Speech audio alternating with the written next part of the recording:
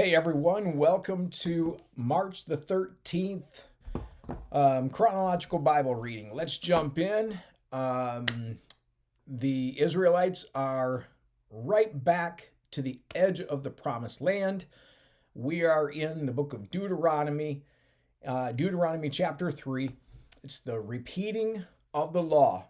So Moses is now repeating what God had given to him at Mount Sinai for the Israelite people in preparation for them to actually go into the promised land, how to set up camp, how to live when you get there. That's the important thing. It's how are you supposed to live when you get there so that you don't get sucked into the vortex of corruption, of sin, overtaking the camp, overtaking the community. Listen, this is a great opportunity for us to kind of get that 10,000 foot view and see that God wants to speak to culture. God wants to speak into not just personally, but speak into the culture of like, how do you have a righteous nation? Have you ever thought about that? Like, what would it take for America, the United States of America, to actually have a righteous nation? And so, God, that's what God is trying to do. He's got these people, right? Abraham, Isaac, and Jacob. And Jacob becomes the father of the 12 tribes of Israel. And God has chosen this family tree to become a nation, but also so that the Messiah would be born into this righteous family. And he's trying to give them guidance of how do you live? How do you treat one another? How do you worship? How do you focus in on God and keep God at the center of your family and everything? And what do you do with this issue of sin when it starts coming in? How do you deal with it? And these are all things that God is trying to speak into their lives so that he can preserve them. And it's a challenge. It just shows you how wicked the heart is, how quick we are to forget all that God has done for us, how easy it is for us to become very selfish, self-righteous, accusatory of this spiritual leadership, how easy it is for humanity to cast off authority, how easy it is for humanity to want to be their own God. And that's what we're seeing here. Just, people, instead of receiving the instruction from God of this is how you ought to live, this is what you should do, all of those things, it's people casting it off over and over. So we're picking up again on March 13th, Deuteronomy chapter 3, verse 21. At that time, I gave Joshua this charge. You have seen for yourself everything the Lord your God has done to these two kings. He will do the same to all the kingdoms on the west side of the Jordan. Do not be afraid of the nations there, for the Lord your God will fight for you. At that time, I pleaded with the Lord and said, O sovereign Lord, you have only begun to show your greatness and the strength of your hand to me, your servant. Is there any God in heaven or on earth who can perform such great and mighty deeds as you do? Please let me cross the Jordan to see the wonderful land on the other side, the beautiful hill country, and the Lebanon mountains. But the Lord was angry with me because of you, and he would not listen to me. That's enough, he declared. Speak of it no more. But go up to Pisgah Peak and look over the land in every direction. Take a good look, but you may not cross the Jordan River. Instead, commission Joshua and encourage and strengthen him, for he will lead the people across the Jordan. He will give them all the land you now see before you as their possession. So we stayed in the valley near Beth Peor.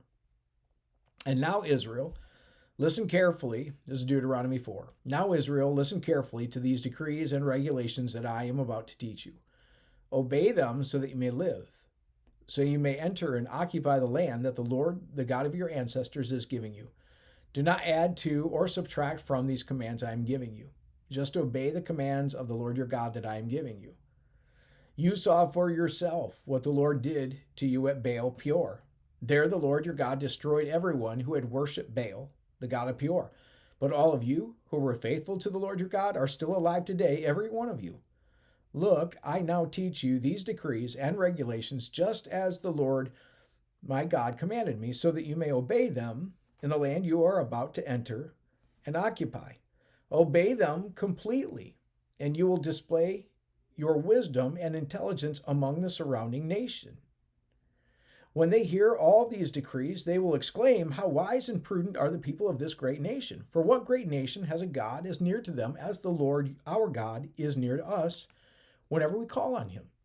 And what great nation has decrees and regulations as righteous and fair as this body of instructions that I'm giving you today?" But watch out. I'd underline that. But watch out. Be careful never to forget what you yourself have seen. I have that whole sentence underlined. Do not let these memories escape your mind as long as you live. I underlined that as well. And be sure to pass them on to your children and grandchildren. Yep, I underlined that. Never forget the day when you stood before the Lord your God at Mount Sinai, where he told me, "Summon the people before me, and I will personally instruct them. Then they will learn to fear me as long as they live, and they will teach their children to fear me also." You came near and stood at the foot of the mountain while flames from the mountain shot into the sky. The mountain was shrouded in black clouds and deep darkness, and the Lord spoke to you from the heart of the fire. You heard the sound of his words, but didn't see his form. There was only a voice. He proclaimed his covenant, the 10 Commandments, which he commanded you to keep, and which he wrote on 2 stone tablets. And it was at that time that the Lord commanded me to teach you his decrees and regulations so you would obey them in the land you are about to enter and occupy. But be very careful. Again, underline that. But be very careful. You did not see the Lord's form on the day he spoke to you from the heart of the fire at Mount Sinai. So do not corrupt yourselves by making an idol in any form, whether of a man or woman, an animal on the ground, a bird in the sky, a small animal that scurries along the ground, or a fish in the deepest sea. And when you look up into the sky and see the sun, moon, and stars, all the forces of heaven, don't be seduced into worshiping them. The Lord your God gave them to all the peoples of the earth. Remember that the Lord rescued you from the iron smelting furnace of Egypt in order to make you his very own people and his special possession, which is what you are today. But the Lord was angry with me because of you. He vowed that I would not cross the Jordan River into the good land the Lord your God is giving you as your special possession. You will cross the Jordan to occupy the land, but I will not. Instead, I will die here on the east side of the river. So be careful not to break the covenant the Lord your God has made with you. Do not make idols of any shape or form, for the Lord your God has forbidden this. The Lord your God is a devouring fire. He is a jealous God. In the future, when you have children and grandchildren and have lived in the land a long time, do not corrupt yourselves by making idols of any kind. This is evil in the sight of the Lord your God and will arouse his anger. Today I call on heaven and earth as witnesses against you. If you break my covenant, you will quickly disappear from the land you are crossing the Jordan to occupy. You will live there only a short time, then you will be utterly destroyed. For the Lord will scatter you among the nations where only a few of you will survive. There, in a foreign land, you will worship idols made from wood and stone, gods that neither see, nor hear, nor eat, nor smell. But from there you will search again for the Lord your God, and if you search for him with all your heart and soul, you will find him. That's a good one to underline as well. In the distant future, when you are suffering all these things, you will finally return to the Lord your God and listen to what he tells you. For the Lord your God is a merciful God. He will not abandon you or destroy you or forget the solemn covenant he made with your ancestors. Now search all of history, from the time God created people on the earth until now, and search from one end of the heavens to the other. Has anything as great as this ever been seen or heard before? Has any nation ever heard the voice of God speaking from fire as you did and survived? Has any other nation dared to take a nation for himself Has any other God dared to take a nation for himself out of another nation by means of trials and miracles, signs, wonders, war, a strong hand, a powerful arm, and a terrifying axe? Yet that is what the Lord your God did for you in Egypt, right before your eyes. He showed you these things so you would know that the Lord is God and there is none other. He let you hear his voice from heaven so he could instruct you. He let you see his great fire here on earth so he could speak to you from it.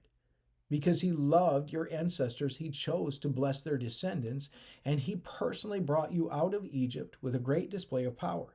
He drove out nations far greater than you so he could bring you in and give you their land as your special possession as it is today. So remember this and keep it firmly in mind. The Lord is God, both in heaven and on earth, and there is none other. That's a good one to underline. If you obey all the decrees and commands I am giving you today, all will be well with you and your children. I am giving you these instructions so you will enjoy a long life in the land the Lord your God is giving you all for all time. Then Moses set apart 3 cities of refuge east of the Jordan River. Anyone who killed another person unintentionally without previous hostility could flee there to live in safety. These were the cities: Bezer on the wilderness plateau for the tribe of Reuben, Ramoth and Gilead for the tribe of Gad, and Golan in Bashan for the tribe of Manasseh. This is the body of instruction that Moses presented to the Israelites. These are the laws, decrees, regulations that Moses gave to the people of Israel when they left Egypt, and as they camped in the valley near Beth Peor, east of the Jordan River. This land was formerly occupied by the Amorites under King Sihon, who ruled from Heshbon. But Moses and the Israelites destroyed him and his people when they came up from Egypt. Israel took possession of his land and that of King Og of Bashan, the 2 Amorite kings east of the Jordan. So Israel conquered the entire area from Aroer at the edge of the Arnon Gorge all the way to Mount Sirion, also called Mount Hermon. And they conquered the eastern bank of the Jordan River as far south as the Dead Sea, below the slopes of Pisgah. Deuteronomy chapter 5. And Moses called all the people of Israel together, and he said, "Listen carefully, Israel. Hear the decrees and regulations I am giving you today, so you may learn them and obey them. The Lord our God made a covenant with us at Mount Sinai. The Lord did not make this covenant with our ancestors, but with all of us who are alive today. At the mountain, the Lord spoke to you face to face from the heart of the fire. I stood as an intermediary between you and the Lord, for you were afraid of the fire and did not want to approach the mountain. He spoke to me, and I passed his words on to you. This is what he said. I am the Lord your God, who rescued you from the land of Egypt, the place of your slavery. You must not have any other God but me. You must not make for yourself an idol of any kind, or an image of anything in the heavens, or on the earth, or in the sea. You must not bow down to them or worship them, for I, the Lord your God, am a jealous God, who will not tolerate your affection for any other gods. I lay the sins of the parents upon their children. The entire family is affected, even children in the 3rd and 4th generations of those who reject me. But I lavish unfailing love for 1,000 generations on those who love me and obey my commands. You must not misuse the name of the Lord your God. The Lord will not let you go unpunished if you misuse his name. Observe the Sabbath day by keeping it holy. As the Lord your God has commanded you, you have 6 days each week for ordinary work. But the 7th day is a Sabbath day of rest dedicated to the Lord your God. On that day, no one in your household may do any work. This includes you, your sons and daughters, your male and female servants, your oxen and donkeys and other livestock, and any foreigners living among you. All your male and female servants must rest as you do. Remember that you were once slaves in Egypt, but the Lord your God brought you out with his strong hand and powerful arm. That is why the Lord your God has commanded you to rest on the Sabbath day. Honor your father and mother, as the Lord your God commanded you. Then you will live a long, full life in the land the Lord your God is giving you. You must not murder. You must not commit adultery. You must not steal. You must not testify falsely against your neighbor. You must not covet your neighbor's wife. You must not covet your neighbor's house or land, male or female servant, ox or donkey, or anything else that belongs to your neighbor. The Lord spoke these words to all of you assembled there at the foot of the mountain. He spoke with a loud voice from the heart of the fire, surrounded by clouds and deep darkness. This was all he said at that time, and he wrote his words on 2 stone tablets and gave them to me. But when you heard the voice from the heart of the darkness, while the mountain was blazing with fire, all your tribal leaders and elders came to me. And they said, look, the Lord our God has shown us his glory and greatness, and we have heard his voice from the heart of the fire. Today we have seen that God can speak to us humans, and yet we live.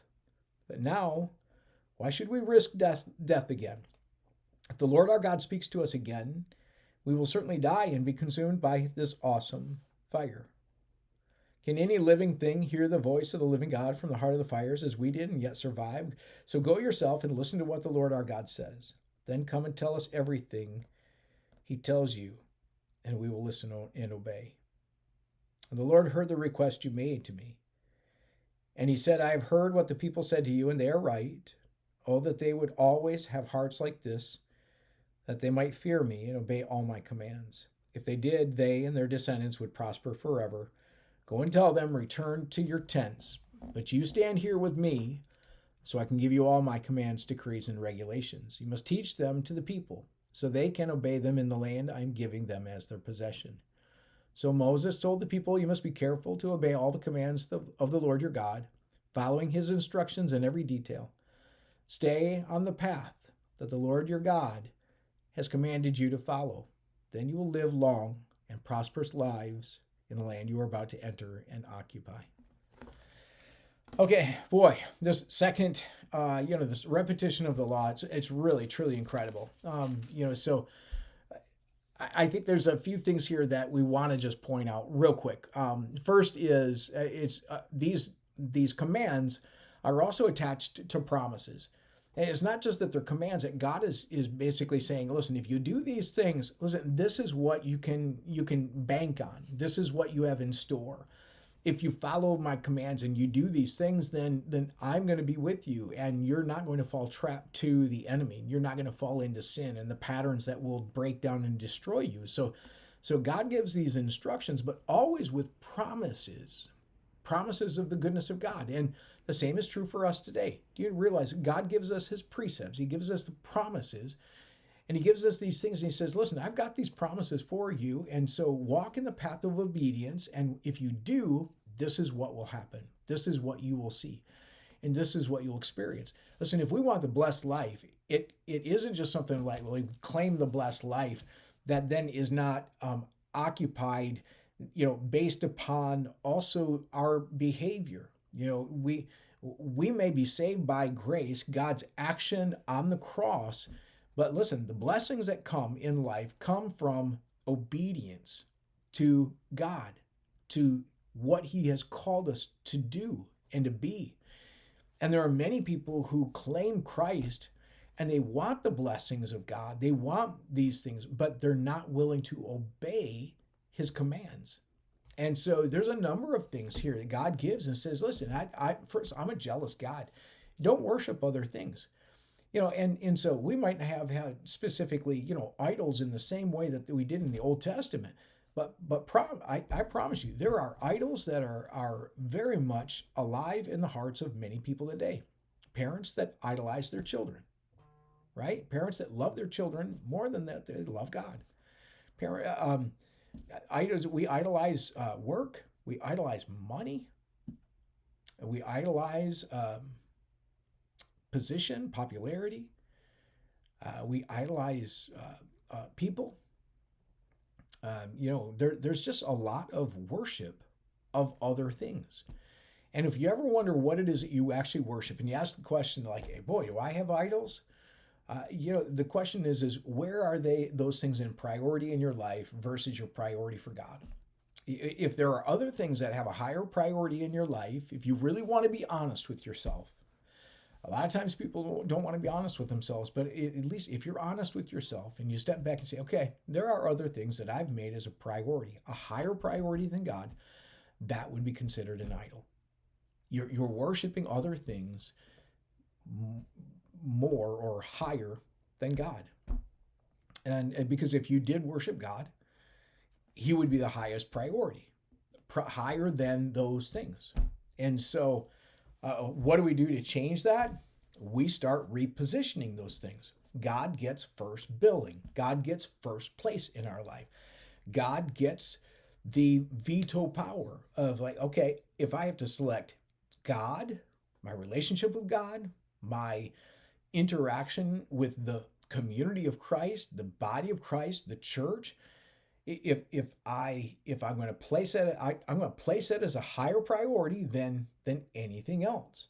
That's not that other things don't receive priorities in our lives, but God has to be the highest priority. And so that's one way that we can actually begin to change things back around and to make just some shifts in our lives to make sure that we are not worshiping idols. And if we do that, I love these promises that God gives. I love in verse 25, he says in Deuteronomy 4, in the future when you have children and grandchildren and have lived in the land a long time, do not corrupt yourselves by making idols. He says, okay, this is going to impact not just you, it's going to impact the next generation. How much do you really want your children and grandchildren to really live in the blessing of God? It's going to be determined by whether or not you do, in large part. It's going to be determined by, if you have God as a second, third priority, fourth priority in your life, most likely, so will your children. And will they receive the fullness of the blessing of God in their life? No. They won't. They won't live that full, abundant life that they could have if they make other things a higher priority and make them an idol. And so God says, I love these words. He said, don't be seduced into worshiping them. Whether that's just don't be seduced like so much of the world is in obeying, in worshiping those other things. It's a good message for us. I'm not going to go any further. There's many other comments I could make throughout this passage, but I think it's been a good day. Let's make sure that we keep Christ first, put him first, make him a priority in your life, which means that you have to purposely make other things a lower priority. And when you begin to do that, you'll begin to know it, because the Holy Spirit will confirm that and will approve that and really give you a peace about it, in knowing that, it might be costly. It might be costly to put him first, but it's a cost that's worth it. All right. Well, God bless you. Looking forward to being back with you here tomorrow. Hope you have a really wonderful day. All right. Take care.